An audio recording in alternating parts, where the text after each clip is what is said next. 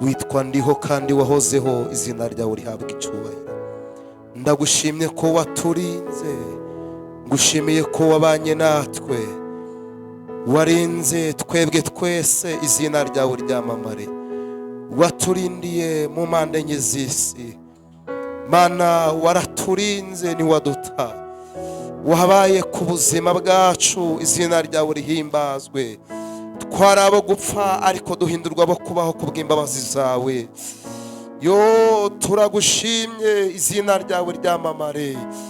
Ngushimiye ubuntu bwawe, ngushimiye urukundo rwawe, ngushimiye ku rukundo rwawe rwabaye ku babyeyi, ngushimiye ku rukundo rwawe rwabaye ku bagabo n'abasore, ngushimiye ko warinze abakobwa, waratubashishije uturinda kwicwa n'ibyaha.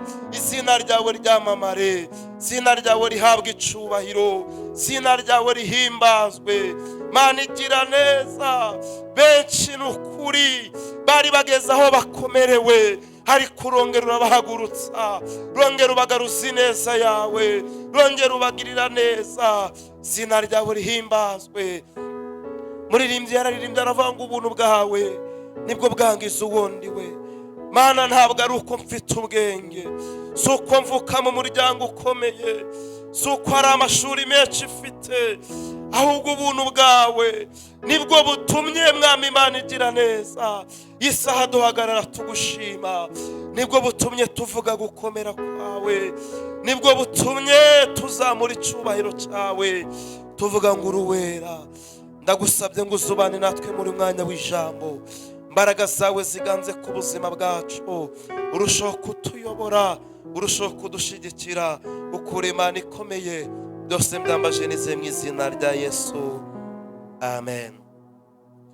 Murakoze cyane. Ijambo ry'Imana tugiye kuganiraho ni rya jambo twaganira ivanga intambwe zo gutsinda icyaha.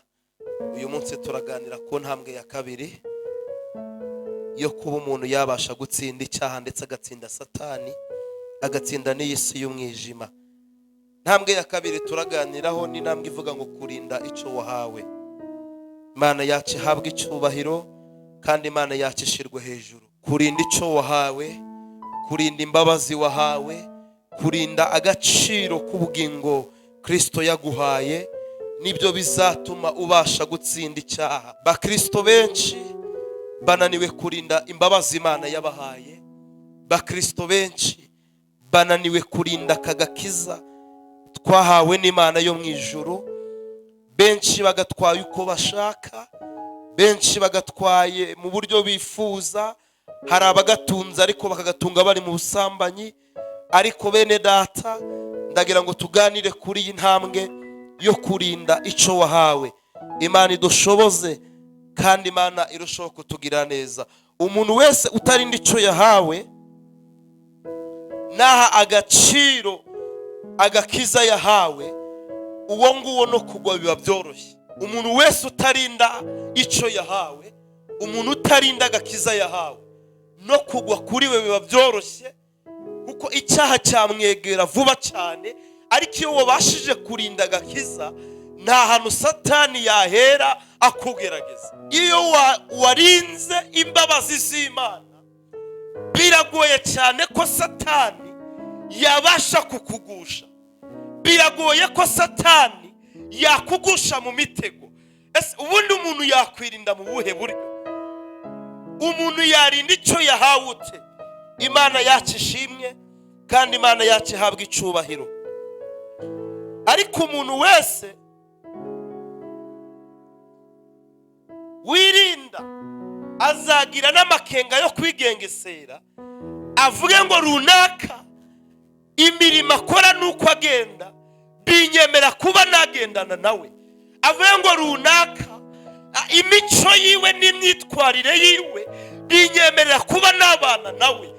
Niba unushaka kwirinda, uzahera mu nshuti zawe mugendana, uhere mu bo mu rugo mubana. Bengo aba bantu kuba nagendana nabo, binzagendana nabo muri ubu buryo.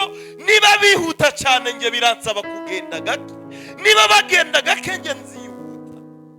Imana yacu ihabwa icubahiro kandi Imana yacu ishirwe hejuru. Agakiza muri ubu buzima turimo nicyo kintu gifite agaciro gakomeye twahawe. Waba ufite inzu nziza, waba ufite ubutunzi, waba ufite umuryango ukunejeje, ariko agakiza kavuye mu maraso ya Yesu nicyo kintu cy'agaciro gikomeye twahawe.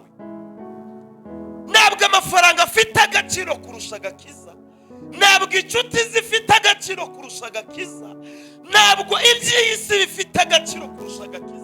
Umuntu ajya abasha kurinda ubutunzi bwe, ariko abantu benshi bananiwe kurinda agakiza. Kandi nurinda agakiza kawe nibwo uzagira imbaraga ndetse ugira ubushizi bw'Imana bwo kuba watsinda icyaha ndetse na Satani. Mana y'amahoro idufashe, kandi Imana y'amahoro itugirire neza. Bundi muri iyi si turabizi neza, iyo umuntu afite ubutunzi, afite zahabu cyangwa ubundi butunzi runaka, aragenda kubaka ahantu azabuhisha, akubaka ahantu azabubika. Kabanga ubutunzi mfite nta muntu n'umwe nshaka kwamenya aho buri, usibye nge ubwanjye uzamenya aho buri. N'umuntu rero ushaka gutsinda icyaha ajya abasha kubakira umutima we, kavuga ngiye kurinda agakiza, kandi nta kintu na kimwe, nta n'umuntu n'umwe uzigera akonona. Mu yandi magambo, iyo umuntu ahisha ubutunzi bwe, bavuga ngo n'inshuti n'abavandimwe, uwo ntazemerera kwinjira aha ngaha ntabwo azahinjira. No kurinda agakiza biragusaba kugira abantu bamwe na bamwe wiyambura mu buzima bwawe, kavuga ngo runaka imirimo yiwe n'iyanjye ntabwo bihuye, nta nubwo byagendana. Ntabwo watsinda icyaha utabashije kurinda agakiza. Imana yo mu ijuru idufashe, kandi Imana yo mu ijuru itugirire neza. Turasoma Timoteyo wa mbere ibice 6, dusoma umurongo wa 20, twumva uko harimo kutubwira. Aravuga ngo Timoteyo we, ujye urinda icyo wagabiwe, uzibukire amagambo adakwiriye kandi atagira umumaro, n'ingirwabwenge zirwanya iby'Imana. Aha ni Pawulo yari arimo yigisha Timoteyo, amubwira ko agomba kurinda icyo yahawe. Ndamubwira ngo yewe Timoteyo we, ujye urinda icyo wagabiwe. Ndamubwira ngo kandi uzibukire cyane na babandi bafite amagambo adafite umumaro, zangirwa bwenge zirwanya iby'umurimo w'Imana.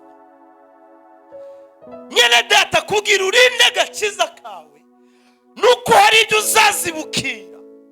Ntabwo uzarinda agakiza kandi ujya kwicara mu kabari. Bwa mbere uzahicara ntabwo uzasoma ku icupa, bwa kabiri uzahicara nturisomeho, ariko ubwa gatatu Satani azakorera muri cya cyubahiro cyacu. Handi tuvuga ngo umugabo adasangiye n'abagabo bagenzi be ngo yabahindutse imbwa. Ariko Pawulo abwira Timoteyo, amubwira ngo Timoteyo we, ujye urinda icyo wagabiwe, kuko nicyo gifite agaciro kurusha umuryango wawe, nicyo gifite agaciro kurusha inshuti zo muri iyi si, nicyo gifite agaciro kurusha ifeza n'izahabu, nicyo gifite agaciro kurusha ubusambanyi, nicyo gifite agaciro. Amubwira ngo uzakirinde kandi ukirinde na zangirwa bwenge zirwanya umurimo w'Imana. Imana itugirire neza, kandi Imana idutabare.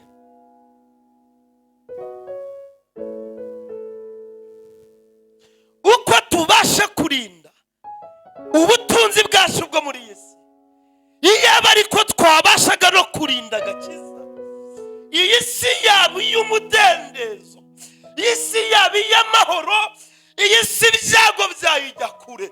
ukurinda ubuzima bwawe ariko urinda n'agakiza, ukurinda urugo rwawe ariko urinda n'agakiza kawe. Ntabwo agakiza kazatura mu mubiri wanduye, kazatura mu mubiri muzima, wa mubiri warinzwe ikibi. Uwiteka arushaho kudushyigikira kandi arushaho kuturwanira.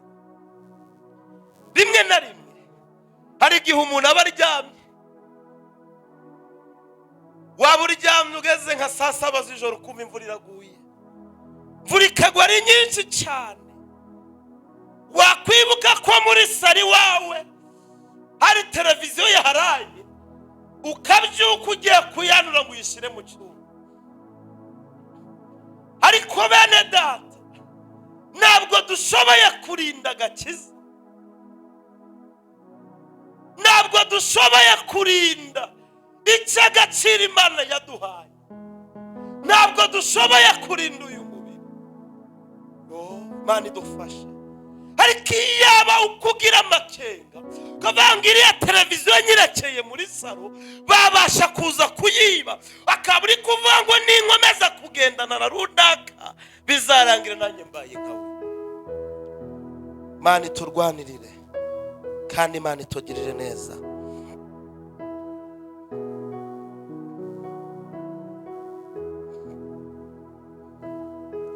Mu kurinda agakiza harimo ubushake n'uruhare bw'umuntu wagahawe.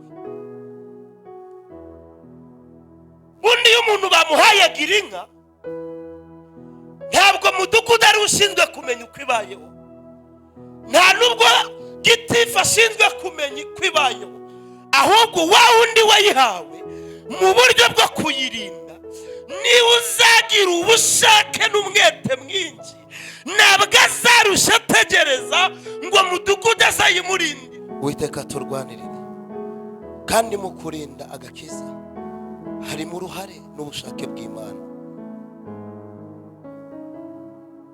Kuba yakurinda ni ihame,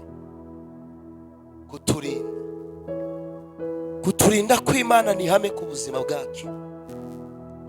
Ntabwo Imana izakurinda kuko wayibwirije kwikurinda, nta nubwo Imana izakurinda kuko wasenze amasengesho menshi, ahubwo kukurinda biri mu nshingano zayo.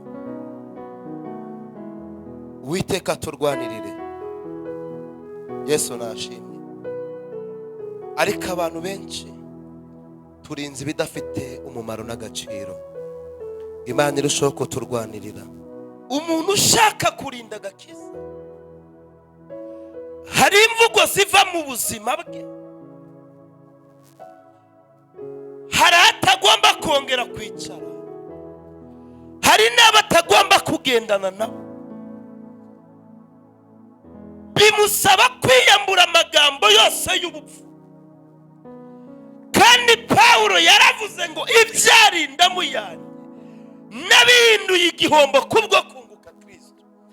Bya bindi byose byanezezaga, bya bindi byamerezaga amahoro, bya bindi byatumaga umubiri wanjye unezerwa, bivuga ngo nabihinduye indamu. Icyubahiro cy'isi narakiyambuye kugira ngo mbashe kurinda icyo nahawe. Mwene data, ntabwo warinda agakiza hari ibyo ukigendana nabyo, ntabwo warinda agakiza hari inzira ukigenderamo, ntabwo warinda agakiza urara amajoro uri mu marozi, ntabwo warinda agakiza uri guca umugore wawe inyuma, ntabwo warinda agakiza uri guca Imana inyuma. Kurinda agakiza ni ukwiyambura byinshi cyane twabonaga nk'ibifite umumaro ku buzima bwacu. Imana iturwanirire. Yesu nashimye. Mwene data, hari ikintu kimwe kizakugora muri ubu buzima turimo. Umukristo utabasha kurinda agakiza, iteka ryose azahora ashaka icyubahiro cyo muri iyi si, ariko bizamugora kuba yagendana n'Imana. Hari imvugo yazo ivuga ngo ni agatwi ntabwo warinda agakiza kandi ufite agatwiko muri bo. Kugira ngo urinde agakiza nuko uziyambura gutwika, ukareka kugenda nk'ab'iki gihe, ntuvuge nk'ab'iki gihe, imyambarire yawe igatandukana n'ab'iki gihe. Icyo gihe nubasha kubikora uzaba ubonye intambwe ya kabiri ikubashisha gutsinda icyaha. Ntabwo watsinda icyaha kandi ugendana n'abasambanyi, ntabwo watsinda icyaha kandi ugendana n'abanywi b'inzoga, ntabwo watsinda icyaha inzira zawe zose zihabanye n'iby'Imana igushakaho, ahubwo uzatsinda icyaha kuko hari ibyo uziyama. Ijambo ry'Imana ryaravuze ngo ahari cyatumye ngusiga ikereti ni ukugira ngo utunganye ibyasigaye bitageze ute bidatunganye. Imana iturwanirire kandi Imana irushaho kutuneshereza. Reka dusome urwandiko rw'Abakorino ba mbere ibice 10 dusoma umurongo wa 12. Abakorino ba mbere ibice 10 dusoma umurongo wa 12. Reka dusome mu izina rya Yesu. Haranditse ngo nuko rero wibwira ko ahagaze yirinda atagwa.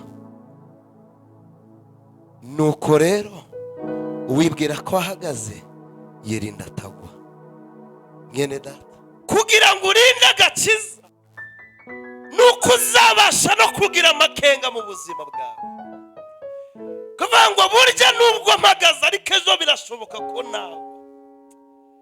Pawulo aravangwa nuko wibwira ko ahagaze yirinda atagwa, ahubwo uhora usenga iteka bangomara nubwo mpagaze ariko ibyangusha birahari. Rero niba wibwira ko uhagaze wirinde, kugira ngo urinde agakiza nuko uzagira amakenga mu buzima bwawe, ntabwo uzabasha gutsinda icyaha. Ugasanga umusore cyangwa umukobwa reka kugendana na runaka ati hoya, ati nge nuzuye mwuka we kandi umwuka undimo ntago anyemera ko runaka yanganza.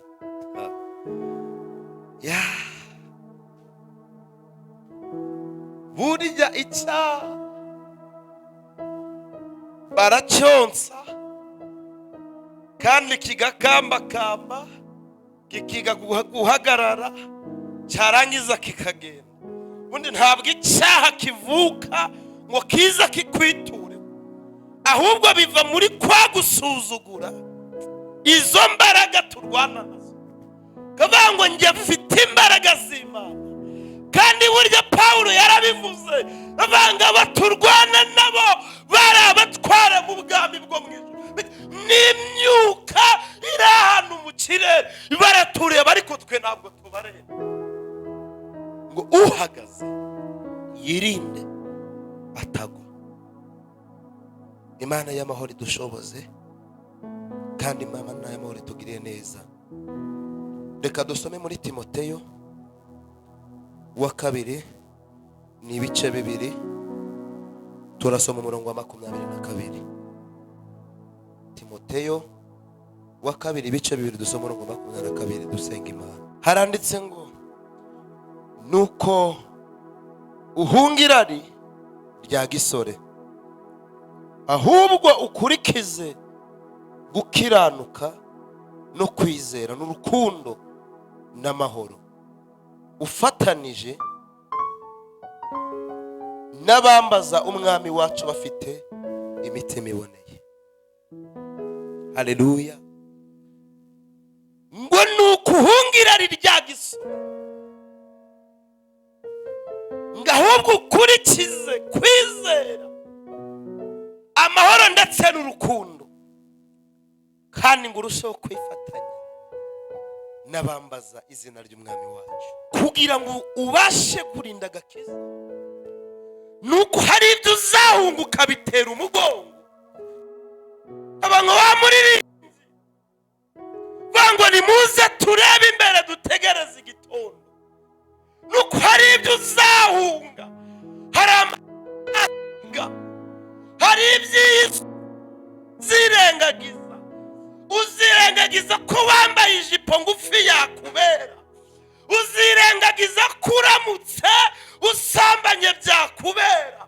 Uzirengagiza ko uramutse usomye ku kayuki byakubera. Ahubwo uvuga ngo ndakomeje kandi nkomeje kwizera umwami wanjye, ngo nuko hunga irari rya gisore. Mwene data, kugira ngo utsinde icyaha nuko uzahunga irari rya gisore. Imana itugirire neza kandi Imana idutabare, irushaho kudufasha. Hari byinshi usabwa kwirengagiza. Yo, biragoye. Indi cyaha nuko hari ibitaramo uzirengagiza. Kugira ngo utsinde icyaha nuko hari invitasiyo uzirengagiza. Kugira ngo utsinde icyaha nuko hari telefone zizaguhamagara ukazirengagiza. Kugira ngo utsinde icyaha nuko uzavuga ngo mwami, nguhaye umutima wanjye, nguhaye umutima wanjye kugira ngo uwutegeke. Imana idufashe kandi Imana itugirire neza. Kugira ngo utsinde icyaha nuko uzasenga, ugahora imbere y'Imana usenga. Hari umuririmbyi wabivuze neza, avuga ngo ndetse n'umwana muto uzi gusenga Imana ngo azafashwa nuko gusenga. Haleluya. Tugiye gusenga Imana kugira ngo itubashishe gutsinda icyaha. Dore nambaye ubusa, ndakwinginze unyambike, sinabasha kwikiza, ndagushaka ubundi unyuhagire icyaha, mutabazi ndigupfa, unyuhagire ibyaha, mutabazi ndigupfa. Muririmbe aravuga ngo dore nambaye ubusa, ndakwinginze mwamunyambike. Ntabwo yari yambaye ubusa by'uyu mubiri, ahubwo yari amaze kumenya ko agakiza yakambitse ubusa. Ariko aravuga ngo ndakwinginze mwami, wongere unyambike. Tugiye gusenga Imana yongere twambike, yambika agakiza kacu. Izina ryayo rihabwe icyubahiro. Uri Imana igira neza, uri isoko y'amahoro. Nawe aho uguhungiyeho ngakorwe n'isoni. Turagushimye kuri Imana ituze, turagushimye kuri Imana idusobanukiwe. Nitwari ubwoko ariko duhinduka ubwoko ku bwawe. Izina ryawe ryamamare. Mana, ngushimye kubw'ijambo ryawe rije ritubwira ngo kurinda agakiza. Iyo umuntu atarinze agakiza, byinshi biramwonona. Iyo umuntu atarinze agakiza, umuntu w'imbere arababara. Iyo umuntu atarinze agakiza, bugingo burapfa. Ariko ndasenze ngo wongere utwambike. Turisuzumye dusanga twaragiye mu nzira udashima, twitekerejeho dusanga tutarakoze dushaka. Ariko turwanirire ukuri Imana ishoboye. Ndikugiriye buri umwe wese ubashije gutega amatwi ijambo ryawe, murengere kandi umwambike imbaraga. Urushaho kwambika agakiza kawe, urushaho kwagura umuntu w'imbere, wa wundi utsinda icyaha, wa wundi unesha urupfu, wa wundi unesha Satani, wa wundi ugira ibyo yiyamura, urushaho kumwagura mu buzima bwacu. Turagushimye kugira neza, turagushimye kuri Imana itabara, mu izina rya Yesu.